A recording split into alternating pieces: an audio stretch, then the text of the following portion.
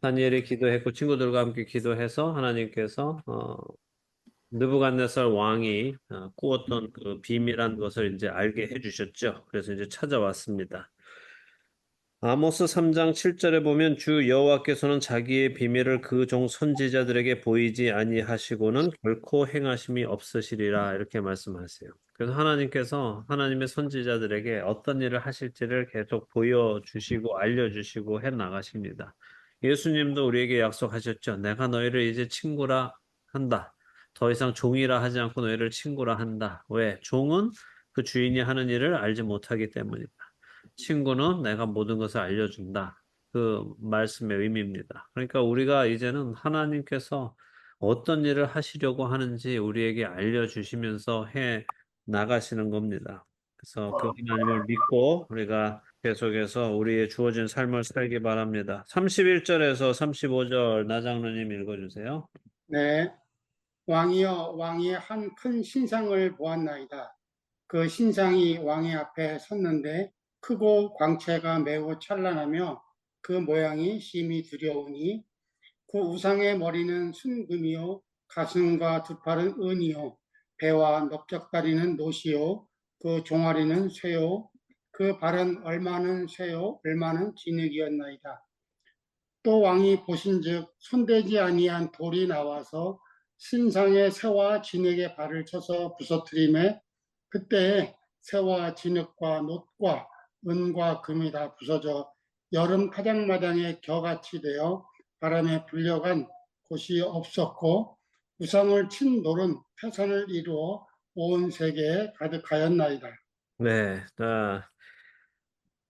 어떻게 딱요 느부갓네살 왕이 꾼 꿈을 이제 설명해 줬는데 이 꿈을 들어보니 여러분은 이해가 가십니까? 그 꿈에 아니요. 안 되세요?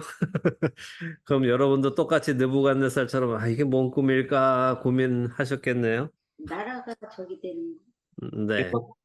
근데 이제 공부해서 아시는 거죠.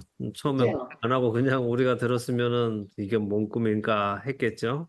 그렇죠. 자, 다니엘은 하나님께서 알려주신 내용, 곧 느부갓네살 왕이 꾼 꿈의 내용을 이야기하기 시작하는데 느부갓네살이 어떻게 해요? 꿈에 한 신상을 본 거예요. 예. 자, 근데 신상의 특징이 먼저 없습니까? 신상이 어땠어요? 머리는 순금이고 크고 일체가 광채가 매우 크다는 게 찬란하며 중요하죠. 일단 커요. 엄청 크다는 거예요. 그래서 크기가 너무 커서 느부갓네살을 두렵게 할 정도로 했다는 거예요. 근데 생각해 보세요. 우리도 사실 뭔가 큰 거 보면은 좀 두려운 생각 드세요? 안 드세요? 들죠. 저는 고래를 되게 무서워요. 고래를 보면 그 덩치에 고래가 이렇게 수영하는 걸 보면 막 그게 공포감으로 다가와, 저한테. 그런 게 내 눈앞에 이렇게 딱 쓰면은 저는 되게 무서울 것 같아요. 그래서 이제 느부갓네살 왕도 그 엄청 거대한 그걸 이제 보게 된 거예요. 근데 생각해 보세요. 지금 느부갓네살이 여러분이나 저와 같은 사람은 아니잖아요. 네. 지금 이 당시에 지중해 연안이지만 당시로는 세계 전부인데 그 세계 전부를 통치하고 있는 다 제패해서 자기 손아귀에 두고 있어서 나보다 더 힘센 놈은 없다라고 생각하는 사람이란 말이에요. 근데 그 사람이 봤을 때 두려운 존재라면 엄청 두려운 거죠. 두 번째 이 신상의 특징은 광채가 매우 찬란했다 하는데 원문의 의미는 눈이 부셔서 똑바로 쳐다볼 수 없을 정도로 번쩍거렸다 그런 의미예요. 또 아마 대부분들 그 신상 그림은 상상도는 보신 적 있으시죠? 예. 보이십니까? 네. 네. 보통 이제 이렇게 생겼을 거다라고 이제 생각합니다. 그래서 이제 보면은 32절부터 보면 이제 좀 더 구체적으로 신상의 모습이 나오는데 이제 머리는 순금이다. 가슴과 두 팔은 은이다. 배와 넓적다리는 노수로 되어 있다. 종아리는 쇠로 되어 있고 발을 보니까 그러니까 발가락이 보니까 얼마는 쇠고 얼마는 진흙이고 이게 서로 이제 반반으로 섞여 있는 것 같아요. 자, 이게 뭐다라고 해석할 이유는 지금 없습니다. 다니엘이 이제 해석해 줄 거니까 우리가 괜히 해석할 필요가 없다는 말씀이에요. 우리는 그냥 단지 다니엘이 말해주는 그 신상의 모습을 머리로만 한번 상상해 보면 돼요. 엄청나게 크고 번쩍번쩍한데 머리는 금으로 돼 있고 가슴과 팔은 은으로 돼 있고 배하고 너쪽 다리는 노수로 돼 있고 다리는 이제 쇠로 돼 있고 발은 쇠와 흙으로 돼 있는 이런 존재가 딱 서 있으니까 느부갓네살이 꿈에서 봤는데 그게 너무너무 이제 무섭게 느껴졌다 하는 거예요. 자, 근데 순서를 보니까 어때요? 금, 은, 노, 쇠 이렇게 내려가죠. 그래서 뭘 알 수 있어요? 우리가 금, 다음에 은, 다음에 노, 다음에 쇠, 다음에 쇠하고 진흙 이렇게 간다. 이걸 봤을 때 우리는 일반적으로 뭘 생각할 수 있겠어요? 귀한 것부터 이렇게 위에서 그렇죠. 그렇죠. 가치가 제일 좋은 것부터 점점 가치가 내려간다 하는 거는 알 수 있어요. 그죠? 해석을 안 하더라도 가장 가치 있는 금이 있고 그 아래 은이 있고 아래 노이 있고 아래는 쇠가 있고 그 다음에 쇠와 진흙이 섞여 있더라 하는 거죠. 자, 그런데 이 엄청나게 크고 반짝여서 두려운 신상이 그렇게 그냥 엄청난 게 있는데 느부갓네살 꿈에 뭘 봤어요? 손대지 아니한 돌이 하나가 와서 쇠와 발로 된 발을 딱 쳐서 부서뜨리니까 발만 쭉 잘리고 신상이 뚝 넘어지는 게 아니라 어떻게 돼요? 날려버려. 예, 일반적으로 우리가 생각한다면 신상이 이렇게 서 있다. 그죠? 신상이 서 있다. 근데 돌이 와서 이걸 딱 쳤다. 그래서 이게 무너졌다. 그러면 이게 뭐 쿵 넘어져야 되잖아요. 그죠? 그렇죠. 넘어지는 게 일반적인데 마치 이 도미노 같은 걸로 이렇게 쌓아놓은 성 같은 거 이렇게 딱 하면은 우르르 내려가는 그런 거 보신 적 있죠? 네. 그렇죠? 이렇게 막 레고 같은 거 이렇게 쌓았는데 밑에 이렇게 딱 치면은 이렇게 있던 성이 갑자기 다 같이 그냥 그 피스들이 쭉 떨어지는 거, 퍼즐 조각들이 떨어지고 하는 것처럼 그렇게 됐다는 거예요, 이게. 음, 그래서 이게 여름 타작 마당에 겨같이 뚝 떨어지고 다 훑어져서 날라져 없어졌다는 거예요. 그런데 이 돌, 손대지 아니한 이 돌은 해산을 이루며 온 세계에 가득 차더라. 이걸 이제 봤다는 거예요. 그러니까 이제 느부갓네살이 이상하죠. 왜냐하면 이 환상이 참 이상하잖아요. 보세요. 강력한 금과 흙과 놋과 쇠로 이루어진 이 신상이 돌 하나에 무너진다는 게 앞뒤가 안 맞는단 말이에요. 그렇잖아요, 일반적으로. 그죠? 더욱이 이 돌은 사람이 만들거나 사람이 깎거나 한 돌이 아니라 어떤 돌이라고요? 손대지 아니한 자연 그대로의 돌이다 하는 거죠. 그럼 이 환상의 의미는 무엇인가? 이제 그것을 다니엘이 설명을 해줍니다. 36절에서 40절까지 현우 집사님 읽어주시고 41절에서 45절까지 박 집사님 읽어주세요. 네. 그 꿈이 이러한즉 내가 이제 그 해석을 왕 앞에 아뢰리이다. 왕이여 왕은 여러 왕들 중에 왕이시라. 하늘의 하나님이 나라와 권세와 능력과 영광을 왕에게 주셨고 사람들과 들짐승과 공중의 새들 어느 곳에 있는 것을 막론하고 그것들을 왕의 손에 넘기사 다 다스리게 하셨으니 왕은 곧 그 금머리이니라. 왕을 뒤이어 왕보다 못한 다른 나라가 일어날 것이요 셋째로 또 녹 같은 나라가 일어나서 온 세계를 다스릴 것이며 넷째 나라는 강하기가 쇠가 트으리니 쇠는 모든 물건을 부수고 이기는 것이라. 쇠가 모든 것을 부수는 것 같이 그 나라와 먼 나라를 부서뜨리고 찢을 것이며. 왕께서 그 발과 발가락이 얼마는 토기장의 진흙이요 얼마는 쇠인 것을 보셨은즉 그 나라가 나눌 것이며 왕께서 쇠와 진흙이 섞인 것을 보셨은즉 그 나라가 쇠 같은 든든함이 있을 것이나 그 발가락이 얼마는 쇠요 얼마는 진흙인즉 그 나라가 얼마는 든든하고 얼마는 부서질 만한 것이며 왕께서 쇠와 진흙이 섞인 것을 보셨은즉 그들이 다른 민족과 서로 섞일 것이나 그들이 피차에 합하지 아니함이 쇠와 진흙이 합하지 않음과 같으리이다. 이 여러 왕들의 시대에 하늘의 하나님이 한 나라를 세우시리니 이것은 영원히 망하지도 아니할 것이요 또 국권이 다른 백성에게로 돌아가지도 아니할 것이요 도리어 이 모든 나라를 쳐서 멸망시키고 영원히 설 것이라. 손대지 아니한 돌이 산에서 나와서 새와 녹과 진흙과 은과 금을 부서뜨린 것을 왕께서 보신 것은 크신 하나님이 장래일을 왕께 알게 하신 것이라. 이 꿈은 참되고 이 해석은 확실하니이다 하니. 예, 자, 우리도 대충 감이 잡히죠? 이 얘기 들어보니까 무슨 일인지, 그죠? 명확히는 몰라도 대충 보입니다. 자, 하나님께서 다니엘에게 주신 그 해석을 한번 보죠. 먼저 재밌는 것은 다니엘은 내가 이제 그 해석을 왕 앞에 아뢰리다 이렇게 한국어 성경이 번역하고 있죠. 네. 근데 영어 성경 보면은 어떻게 되어 있을까요? 영어 성경으로 보시면 We will tell you 이렇게 되어 있어요. 우리가 말해줄 겁니다. 이렇게 되어 있어요. 원문 성경 역시 1인칭 복수를 사용해서 우리가 이제 그 해석을 왕 앞에 아뢰리라 이렇게 되어 있습니다. 그러니까 그렇게 하는 게 옳은 번역이에요. 우리가 보여드리겠습니다. 그럼 이 우리는 누굴까요? 하나님, 하나님입니까? 하나님과 네. 다니엘입니까? 그러면 친구들 같이 해석할까요? 친구들과 같이 하는 건가요? 그래서 이제 학자들의 의견이 갈리는 거예요.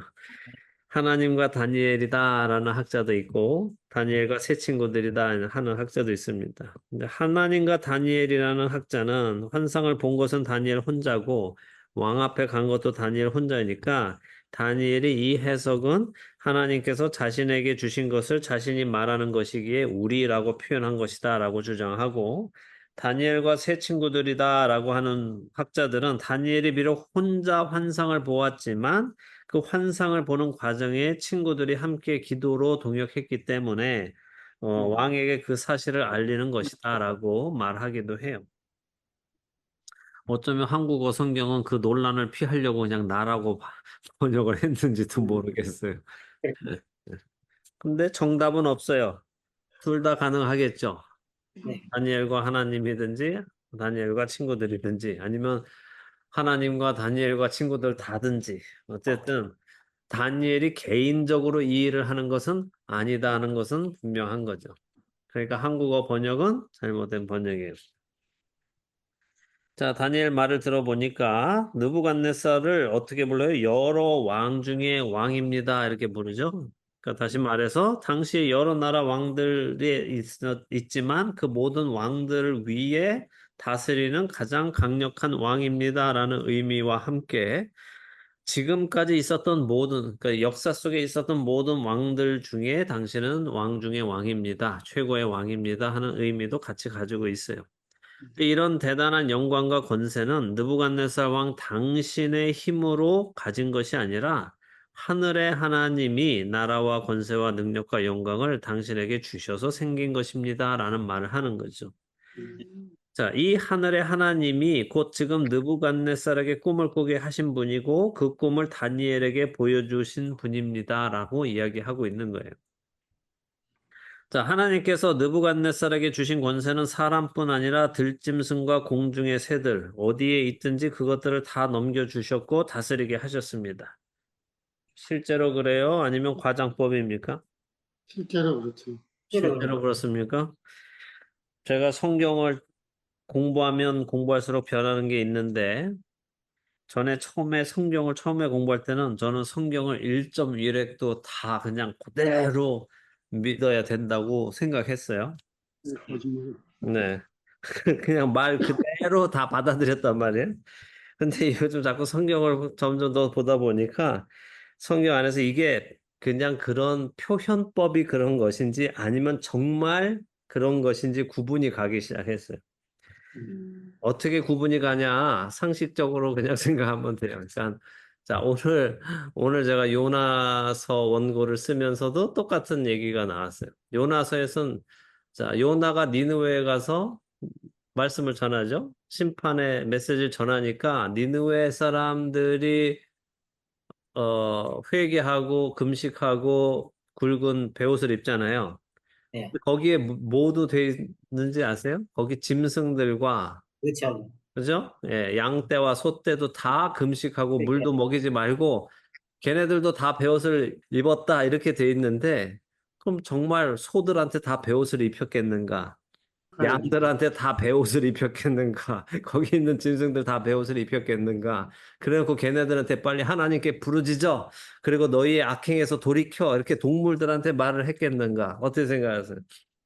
그건 아닐 것 같네. 그건 아닐 것 관용적인 같잖아요. 표현이니까요. 그죠? 그러니까 관용적인 표현, 관용구란 말이에요. 우리가 한국말로 할 때, 야, 개미 새끼 한 마리 못 지나가게 해. 이렇게 했을 때 정말 개미 새끼 한 마리 지나가면 되는 거예요, 안 되는 거예요? 되지요. 만약에 뭐지 개미 새끼 지나가는 거 어떻게 알아? 그냥 말이 그렇다는 거지. 야, 개미 새끼 한 마리 얼씬거리지 못하게 해라는 말이 그렇다는 거지. 정말 개미가 온 걸 보고 너 자식 개미 한 마리도 얼씬거리지 못하게 하랬는데 개미가 얼씬거리네 하고 혼내는 사람은 없잖아요. 그냥 말의 표현이 그렇지.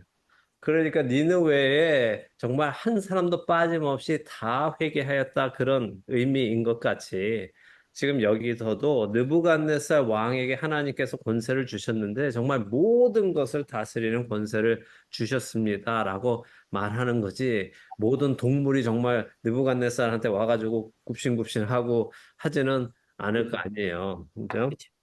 예. 그러니까 저것도 그래요. 바울도 그러잖아요. 사도행전에 우리가 바울을 죽이기 전에 먹지도 않고 마시지도 않겠다라고 작정한 사람들이 뭐 40명이다 했잖아요. 그럼 정말 그 사람들 다 굶어 죽었는가 그럼? 못 죽였잖아, 바울을. 그 40명은 굶어 죽었는가? 어떻게 생각하세요? 아니죠. 자기들이 한 말대로면 굶어 죽었어야 되는데 그렇잖아요. 그러니까 그 뭐야? 우리가 바울 그놈 죽이기 전에는 진짜 우린 밥도 안 먹을 거야. 이 말이지 정말 안 먹었겠냐고. 먹는 거란 말이에요. 그러니까 과장법, 관용구라는 거 우리가 이제 생각하시면 됩니다.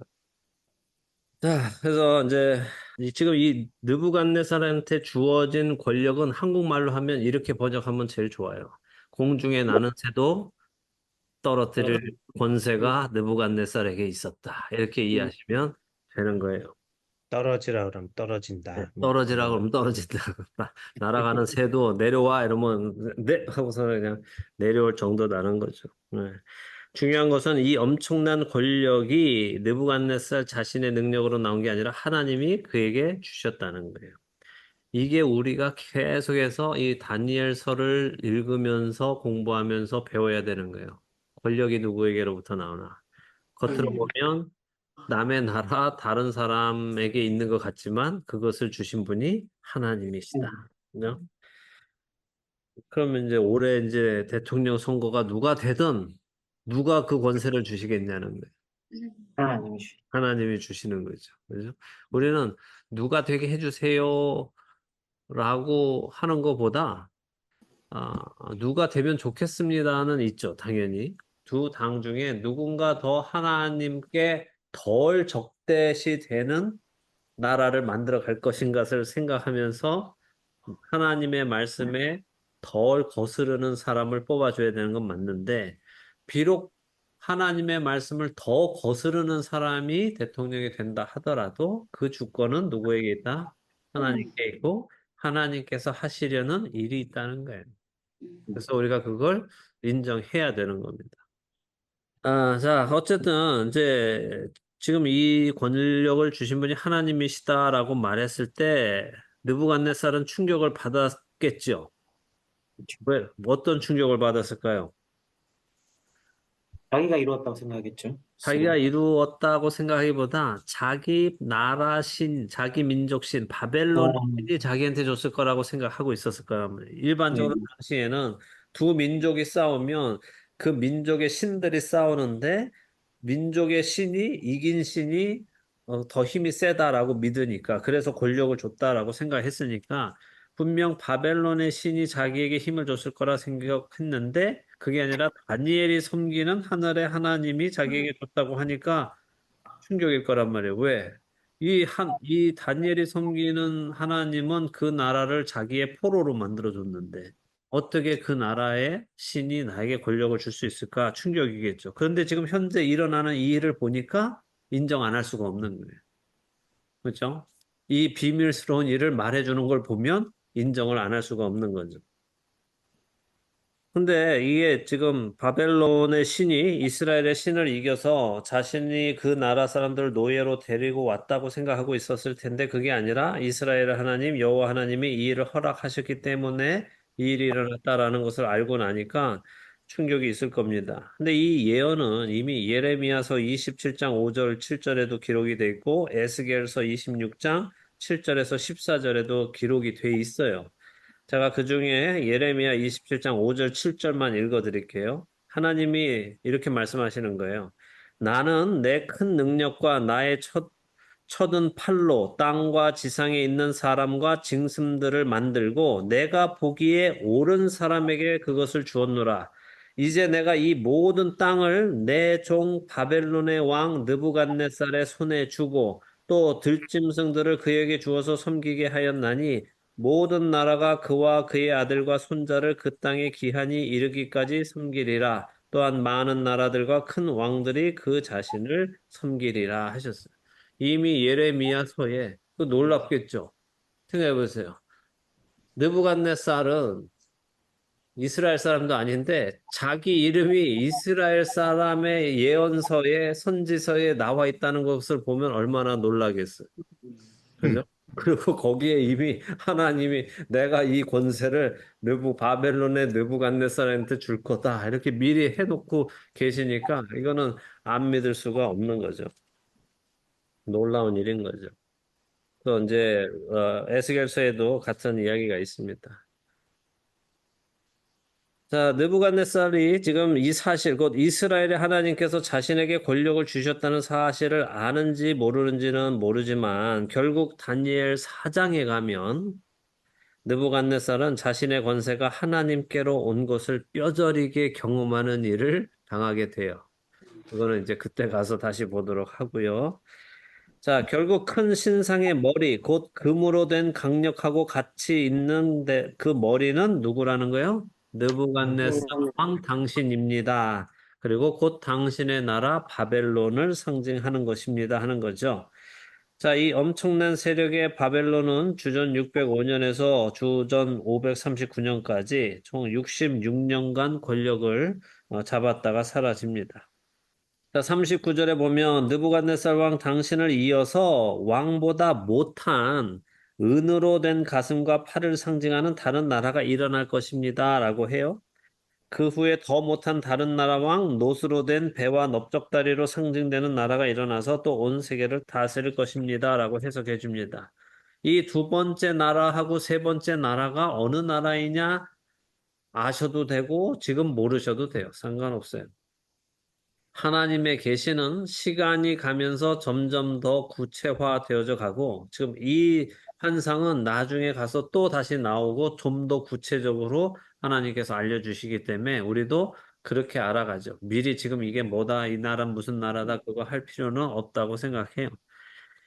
자, 40절에 넷째 나라는 강하기가 쇠 같다고 하죠. 그리고 쇠가 얼마나 강한지를 설명해 주고 있는데 쇠는 모든 물건을 부서뜨리고 이기는 것이다라고 설명을 합니다. 그래서 이 네 번째 나라는 쇠가 모든 것을 부수는 것 같이 모든 나라를 부서뜨리고 찌을 것이다라고 설명을 하고 있습니다. 이 나라가 어떤 나라인지 역시 후에 가면 또 자세히 나옵니다. 41절부터 43절에 보면 네 번째 나라 이후에 일어나는 나라에 대한 설명인데 발가락이 얼마는 쇠고 얼마는 진흙이죠. 자, 다시 이것만 보시면 돼요. 지금 요 그림상에서 네 번째 나라는 쇠였죠. 근데 그 쇠였는데 이 네 번째 나라 이후에 일어나는 그 나라는 쇠와 흙을 가지고 있다는 얘기는 무슨 의미예요? 네 번째 나라의 정통을 이어받은 나라라는 거죠. 흙이 와서 섞이긴 하지만 쇠가 있기 때문에 네 번째 나라였던 그 나라에서 일부가 오고 흙이 와서 더해지는 것이다라는 이야기란 말이에요. 요 정도만 이해하고 가시면 됩니다. 자, 그러면 쇠와 흙, 진흙은 합쳐질 수 있어요? 안 되죠? 그러니까 한 몸을 이루려 하지만 한 몸이 될 수가 없고 분열을 하게 되고 발가락이 10개인 것처럼 각각 나뉜다는 거예요. 10개로. 그 중에 어떤 나라는 쇠의 힘을 이어받아서 강력하지만 어떤 나라는 진흙으로 만들어져서 약해서 그냥 사라져 없어질 것이다 라는 것을 설명하는 거죠. 근데 이게 지금 무슨 나라들이 오느냐 이거보다 더 중요한 것은 44절부터 바로 이 모든 나라 뒤에 오는 나라 곧 하나님이 세우시는 나라라는 거예요.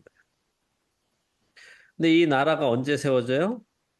여러 왕들의 시대, 곧 발가락이 10개인 것처럼 세상을 다스리는 자들이 이렇게 많은 시대에 하나님의 나라가 세워질 것인데 이 하나님의 나라는 영원히 망하지도 않고 그 국권이 다른 백성에게로 돌아가지 않을 것이다 라고 말씀하세요.